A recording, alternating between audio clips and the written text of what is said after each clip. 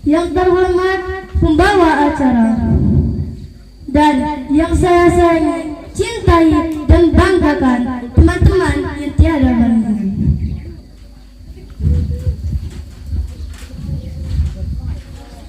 Bismillahirrahmanirrahim. Assalamualaikum warahmatullahi wabarakatuh.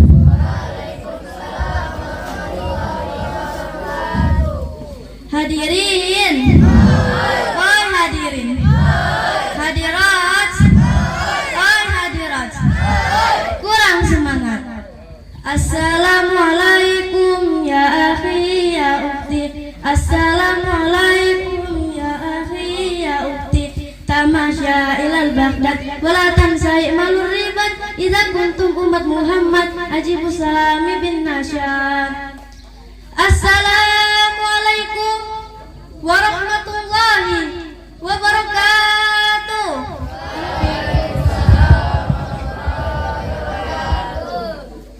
Alhamdulillahi wa kafa ala sayyidil mustafa wa ala alihi wa sahbihi ahli sidqi wal wafa, amma ba'du.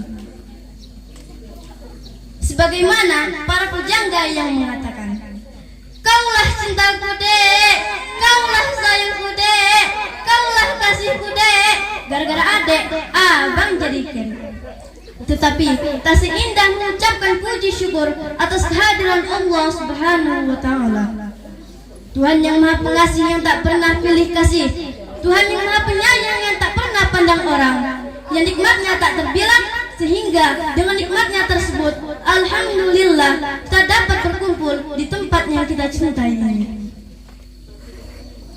Salawat pun mahkotakan salam semoga tercurah limpahkan pada revolusioner Islam sedunia, pendobrak kebatilan, penghancur kemungkaran, pembawa rahmat seluruh alam, yakni Nabi Yuna Muhammad sallallahu alaihi wasallam. Saya ucapkan terima kasih para pembawa acara karena telah memanggil nama baik saya untuk berpidato di depan Anda semua. Baiklah, berdirinya saya dengan wajah yang biasa dan dengan detak jantung yang luar biasa, dengan semangat yang membara, watak hebat Akhi Julpantri Aditya dan cantik Ukhti Anissa Rosidia. Tetapi saya hanyalah seorang anak yang ingin membuat orang tuanya gembira dan penuh rasa bangga.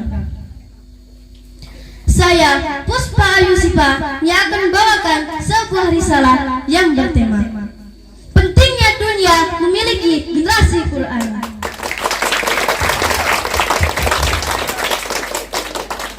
Hadirin dan hadirat rahimani wa rahimakumullah. Pada kesempatan kali ini saya akan membahas tentang generasi Qurani. Sebab generasi Qurani tidak terlepas dengan generasi muda. Yang sayangnya pemuda pada zaman ini seringkali tertipu dengan waktu yang mereka miliki. Mereka tidak memanfaatkan waktu luang yang mereka miliki untuk mengerjakan perbuatan-perbuatan yang bermanfaat. Padahal apa yang mereka lakukan bertentangan dengan apa yang Rasulullah perintahkan. Rasulullah sallallahu alaihi wasallam bersabda, "Kun fid dunya ka'annaka gharibun wa ghabiru sabil." Wa kana Ibnu Umar radhiyallahu anhu ma yaqulu, "Idza amsayta fala tantajiru subah, wa idza asbahta fala tantajiru masa'an. Wa husmi sahatika limaradika wa min hayatika limautika." Jadilah engkau di dunia ini seakan-akan orang asing atau pengembara.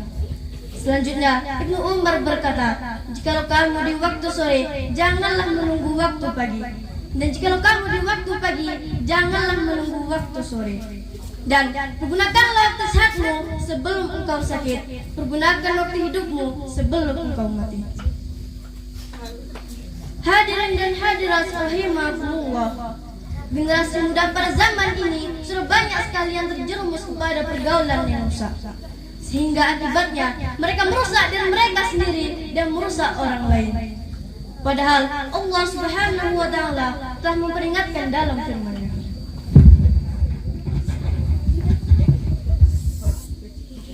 A'udzu billahi minasy syaithanir rajim.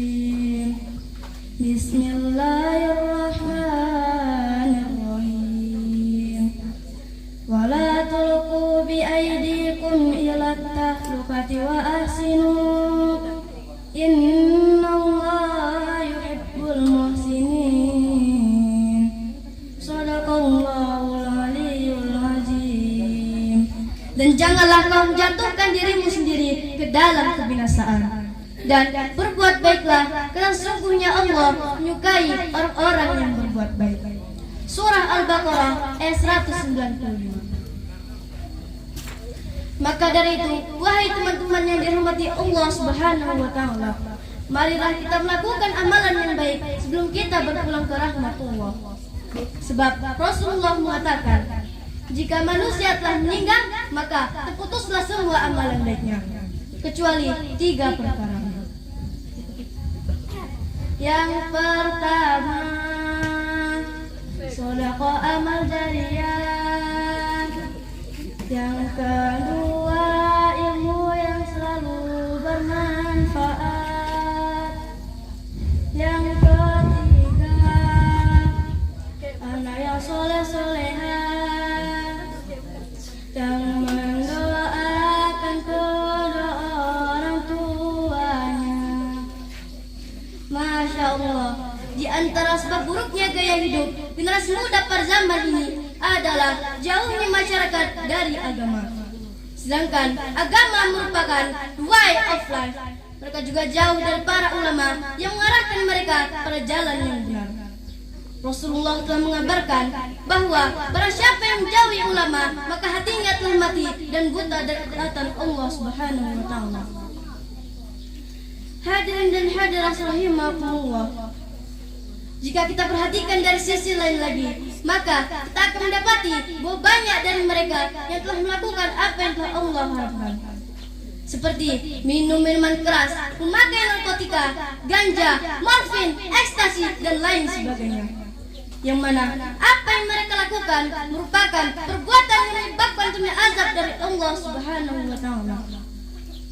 Oleh karena itu, untuk mewujudkan generasi Qurani tidak ada jalan lain kecuali yang menempuh jalan sebagai berikut.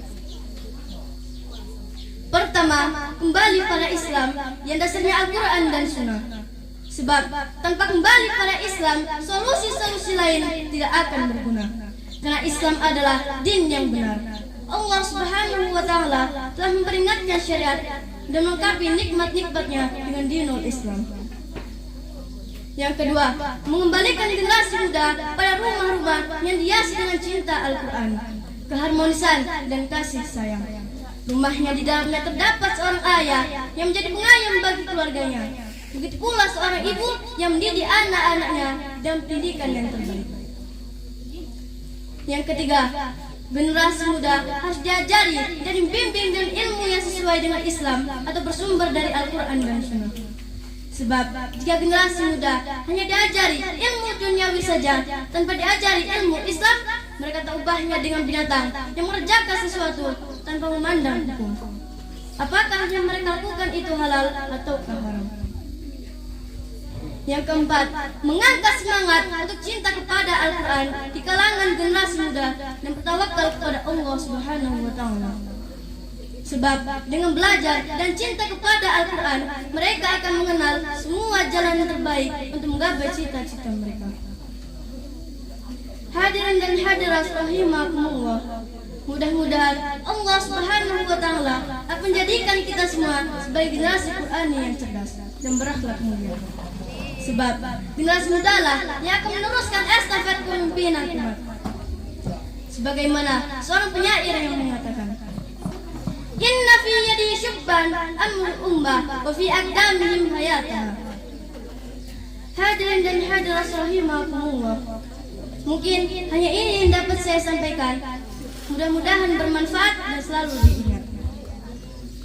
Sebelum saya akhiri, izinkan saya untuk memberi pantun. Makan siang dengan soto, sebelum berangkat membuka toko. Izinkan saya menutup pidato singkat, tidak neko-neko. Kayu papan bunga setanggi, mohon pamit undur diri. See you next time and goodbye. Ilal liqa ma'assalama. Wassalamualaikum warahmatullahi wabarakatuh.